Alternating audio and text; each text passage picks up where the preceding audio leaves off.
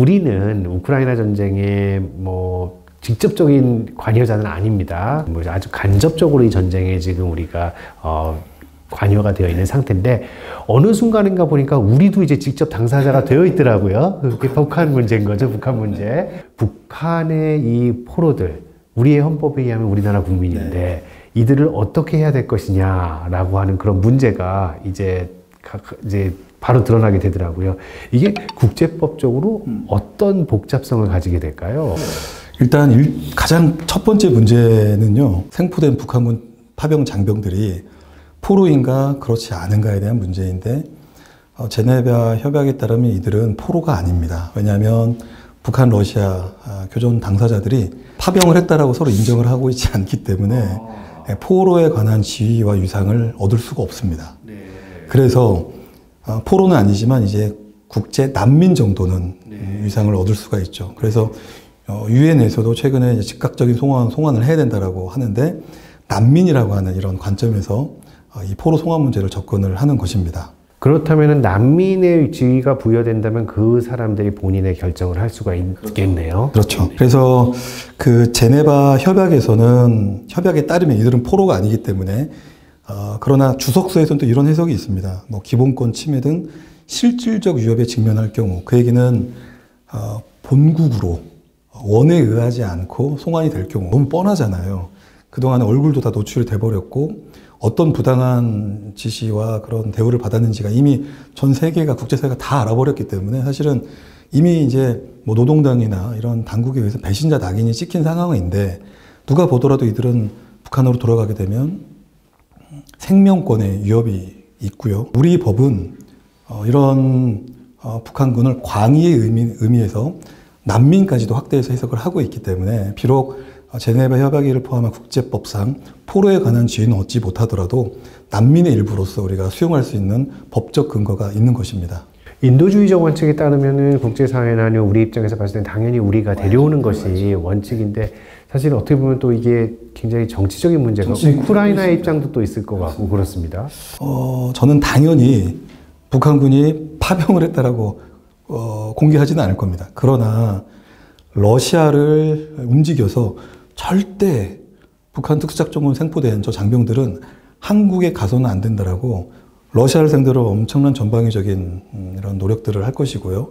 그러면 지금 또 미뤄간의 협상의 결과들이 다 공개가 되고 있지는 않잖아요. 그 중에 하나의 아젠다로서 이 북한군 포로들의 문제가 나올 수밖에 없을 것이고, 당연히 러시아는 북한 편을 들겠죠. 이것은 한국으로 보내서는 안 된다라고 이렇게 주장을 할 가능성이 크기 때문에 뭐 그런 문제들이 있겠습니다.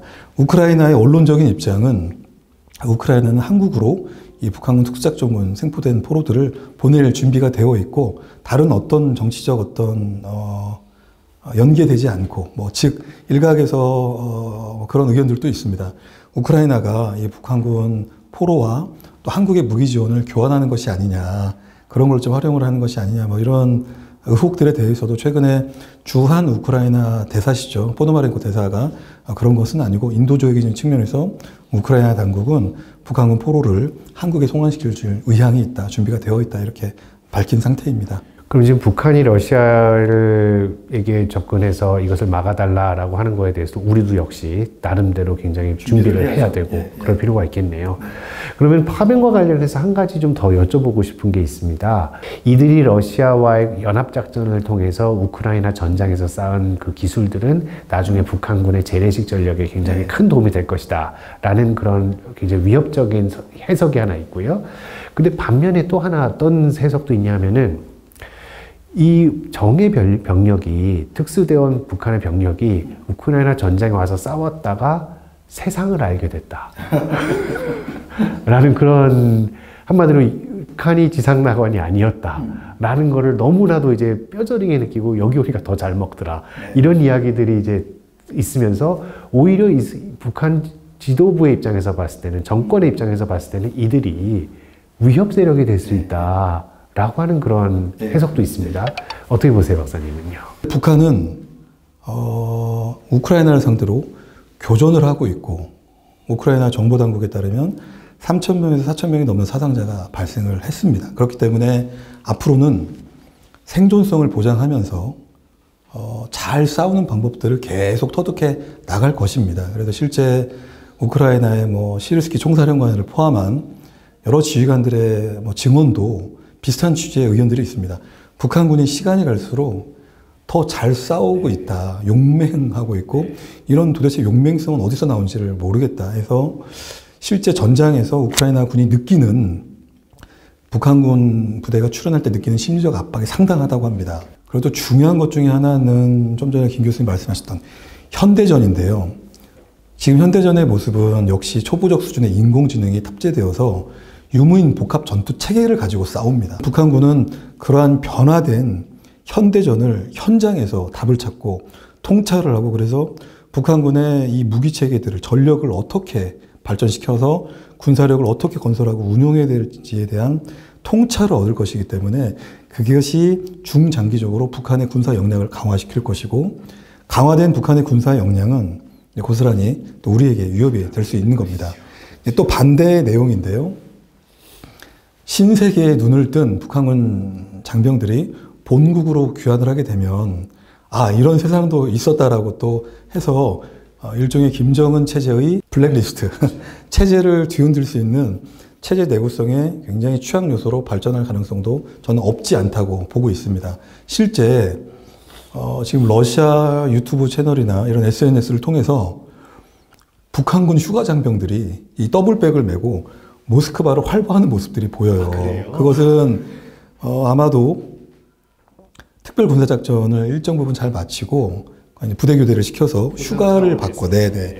물론 이제 그게 북한군인지 아닌지는 검증은 안 됐습니다만, 북한군으로 추정되는 북한군 장병이 이렇게 지금 나오고 있기 때문에, 말씀하신 대로 충분히 그런 세상을 볼 수 있는 겁니다.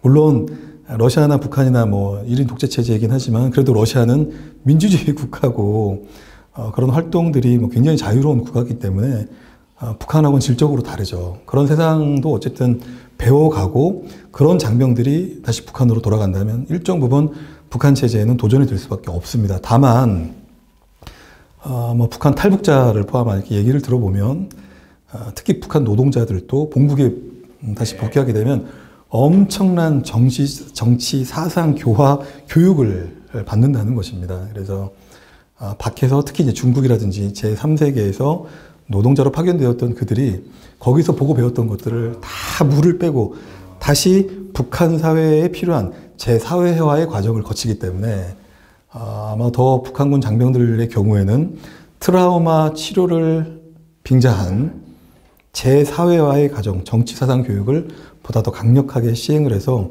체제 내구성에 문제가 없도록 이렇게 좀 관리를 해나가지 않을까 전망을 해봅니다. 살아 돌아온 것이 김정은 위원장의 덕분이다라고 하는 식으로 교육을 받을 수도 있겠네요. 네네. 그러면요. 그러네요. 정말 지금 어떻게 보면 우크라이나 전쟁의 문제가 이제 종국을 향하고 있는 것 같은데, 현 상황은 굉장히 어떻게 보면 우리에게 국제 정치의 현실에 대해서 다시 한번 깨닫게 해줍니다. 뭐냐 하면 바로 옛날 펠로포네스 전쟁사를 쓴 투키디데스가 했던 말을 우리가 기억을 하긴 하는데요. 강자는 자기가 원하는 것을 할 수 있고, 약자는 자기가 당해야 할 것을 당할 수밖에 없다라고 하는 말이 어떻게 보면 지금 딱 우크라이나 대통령 젤렌스키의 모습을 잘 보여주고 있는 것이 아닌가 싶기도 합니다. 그리고 또 동시에 여러 가지 어려운 상황 속에서 남의 나라의 전쟁에 대해서도 결국은 자국의 이익을 가장 우선시하면서 그 가운데서 무엇을 얻어내려고 하는 여러 강대국들의 모습 속에서 국제정치의 어떤 냉혹함, 이것을 우리가 잘 관찰할 수가 있습니다. 우크라이나 전쟁은 결코 남의 문제만은 아닌 것 같습니다. 우리 오늘 두진호 박사님 말씀해 주셨던 것처럼 우리 한국과 직결된 여러 가지 문제들이 있고, 또 그 다음에 우리 북한 동포와 관련된 또 여러 문제들이 있어서, 그리고 또 북한이 앞으로 우리에게 제기할 수 있는 여러 가지 안보 위협과도 여러 연관성이 있기 때문에 우리가 앞으로 이제 남은 한 해 계속해서 우리 우크라이나 전쟁이 어떠한 식으로 전개되고 또 어떠한 모습으로 종식되는지, 이것을 우리가 깊이 한번 들여다보고 관찰해야 될 듯 합니다.